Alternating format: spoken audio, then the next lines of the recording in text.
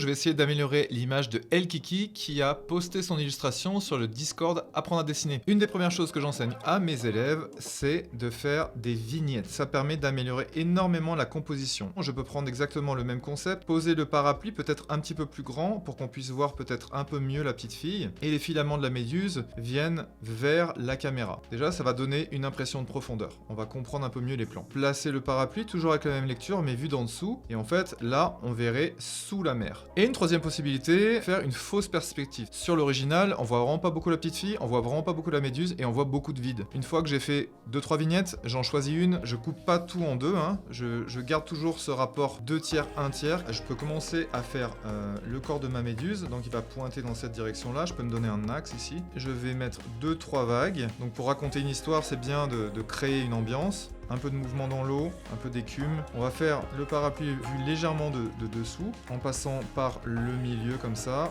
On choisit l'autre côté de l'ellipse et on peut trouver ce qu'il y a de l'autre côté du parapluie. Toujours dessiner le non visible. Et on va mettre la tête de la petite fille ici. On va mettre ses mains ici.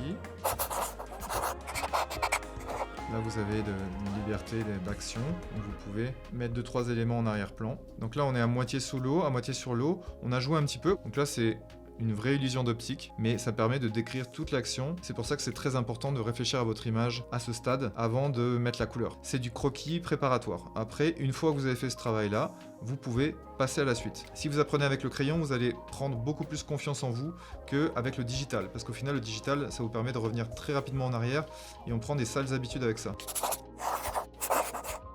A-t-on amélioré la composition? Dites-le moi en commentaire et n'hésitez pas à vous abonner si vous aimez ce genre de petits contenus.